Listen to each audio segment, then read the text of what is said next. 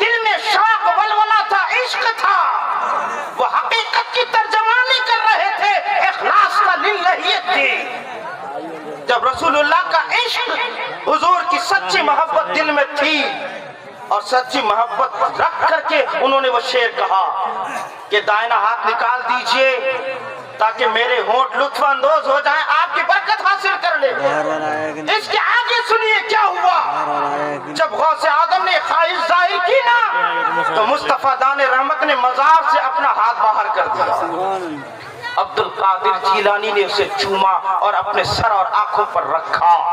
مصطفیٰ نے فرمایا عبد القادر ایک وقت وہ بھی آئے گا کہ بغداد کی مسجد کے منبر شریف پر چڑھ کے تو اعلان کرے گا قدمی فاسحی علی رقبت کل ولی اللہ، کہ تیرا قدم دنیا کے تمام اولیاء کرام کی گردنوں پر۔ سبحان اللہ سبحان پتہ کیا چلا؟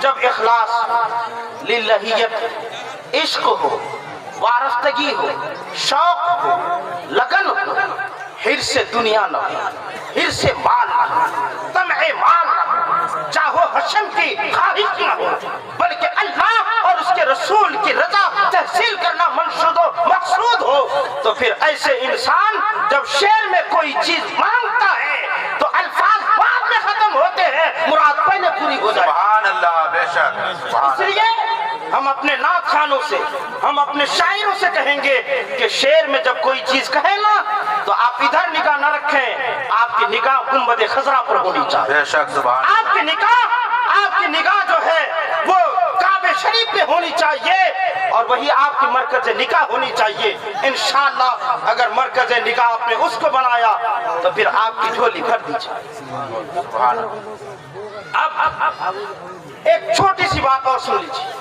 بہت پیاری بات، یہیں پر میں جو کہہ رہا تھا کہ اخلاص کے ساتھ آپ کو پتا ہے تاجدار بریلی امام احمد رضا کے بارے میں اعلیٰ حضرت کے دوسرے حج کا معاملہ ہے۔ دوسرے حج، پہلے ایک بار حج کر چکے تھے، دوبارہ حج کے لیے جا رہے تھے، مگر جب دوبارہ حج کے لیے جا رہے تھے تو اعلیٰ حضرت کے حج کا ارادہ نہیں تھا۔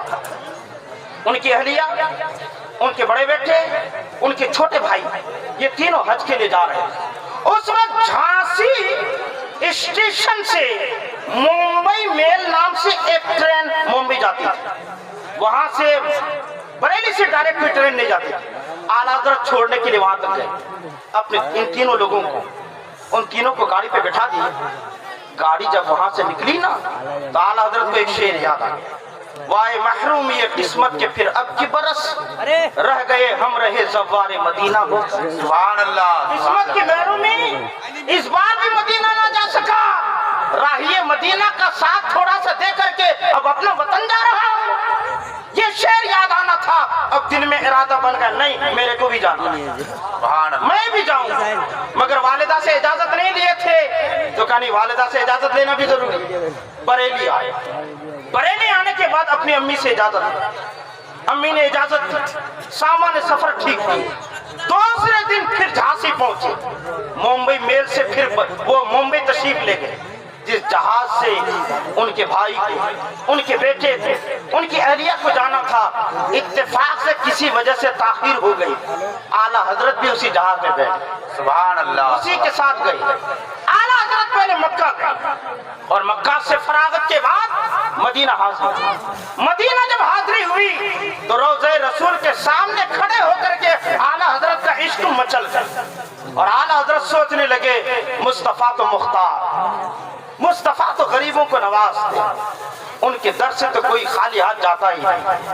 خواب میں تو دیدار بہت کیا ہے احمد رضا، آج ڈائریکٹ اپنی آنکھوں سے دیکھ لو۔ سبحان اللہ۔ دل میں یہ خواہش لے کر کے مواجہ شریف کے سامنے کھڑے رہے، اس امید پر کہ رسول اللہ ضرور زیارت کرائے، اور مگر پورا دن کھڑے رہے وہیں پر روضہ رسول کے سامنے زیارت کرائے، پریشان ہو۔ تب اس کے بعد ایک غزل لکھنے لگے، وسوئے لال آزاد پھرتے ہیں، سبحان اللہ۔ تیرے دن اے بہار پھرتے، اس گلی کا گدا ہوں میں جس میں مانگتے تاجدار پھرتے، لکھتے جا رہے مگر مصطفیٰ ہے کہ تڑپاتے چلے جا رہے۔ عاشق کے عشق کو لوگوں پر ظاہر کرنے کے لیے کبھی عاشق کو تڑپایا بھی جاتا ہے۔ بے شک یہ نہ سمجھنا کہ مصطفیٰ امام احمد رضا کو اپنا دیدار نہیں کرانا چاہ رہے تھے بلکہ مصطفیٰ دکھانا چاہ رہے تھے. دیکھ لو احمد رضا کا مقام عشق و محبت میں کتنا اونچا. سبحان اللہ سبحان اللہ. بے شک. پڑھتے رہے زیارت نہیں ہو رہی تھی. اخیر میں اعلیٰ حضرت نے سوچا اب ایک شعر لکھ ہی دیتا ہوں, اس کو سننے کے بعد تو حضور زیارت کرائی. بے شک سبحان اللہ. واہ. لکھ دیے. کیا لکھے؟ فرمایا کوئی کیوں پوچھے تیری بات رضا بات رضا تجھ سے کتے ہزار پھر جائے. سبحان اللہ. اٹھا علامہ ظفر الدین بہاری علی رحمت و رضوان کی کتاب حیات اعلیٰ حضرت, وہ رقم دراز ہے. جب یہ مقطع کا شعر امام احمد رضا کے زبان فیض ترجمان سے نکلا, مصطفیٰ نے اپنا حجاب ہٹایا اور اعلیٰ حضرت فاضل بریلوی نے بیداری کی حالت میں چشم سر سے مصطفیٰ کی زیارت فرمائی. نعرہ تکبیر, نعرہ تکبیر, نعرہ رسالت, نعرہ رسالت, مسلک اعلیٰ حضرت, مسلک اعلیٰ حضرت, نعرہ تکبیر. اس لیے میرے رفیق جب آپ اشعار کہیں, شعر و شاعری کریں, شعر و شاعری میں جو کہیں اس میں اخلاص ہونا چاہیے. بے شک. میری گفتگو کا دوسرا ٹاپک تھا مزار, اور آج کل میں مزار والے مولانا سے مشہور بھی ہوں. وہ ایک مرتبہ ایک جگہ مفتی ذوالفقار صاحب کی, ایک مولانا صاحب مجھے پہچانتے نہیں تھے, تو کہنے تھے کہ وہ کون؟ میں بغل ہی میں تھا کہ یہ کون؟ تو وہ کہے کہ یہ فلاں صاحب. تعارف کرایا ہمارا, کہا اچھا وہی جو فرضی مزار کے خلاف بولتے ہیں؟ ہاں. تو میری شناخت ہی وہی ہو گئی ہے. تو وہ بھی ہمارا ٹاپک تھا, لیکن میں سمجھ رہا ہوں اب مناسب نہیں ہے گفتگو آگے بڑھانا. کسی موقع پر انشاءاللہ میں اس پر تفصیلی گفتگو کروں گا, لیکن اتنی بات خالی سن لیجئے مصطفیٰ کی بات, بے شک. حضور کی بات. گھر سے نہیں بولتے یہ مولوی, یہ مولوی بولتے ہیں تو پھر مصطفیٰ کے در سے بولا. بے شک سبحان. حدیث سنو, طبرانی شریف کی حدیث ہے, میرے نبی فرماتے ہیں جو انسان فرضی مزارات کی زیارت کرتا ہے, وہاں چادر چڑھاتا ہے, منتیں مانگتا ہے, عرس کرتا ہے, گاگر وغیرہ جو بھی کرتا ہے, فرمایا لعن اللہ, اس پر اللہ کی لعنتیں برستی ہے, لعنتیں برستی ہے. استغفر اللہ.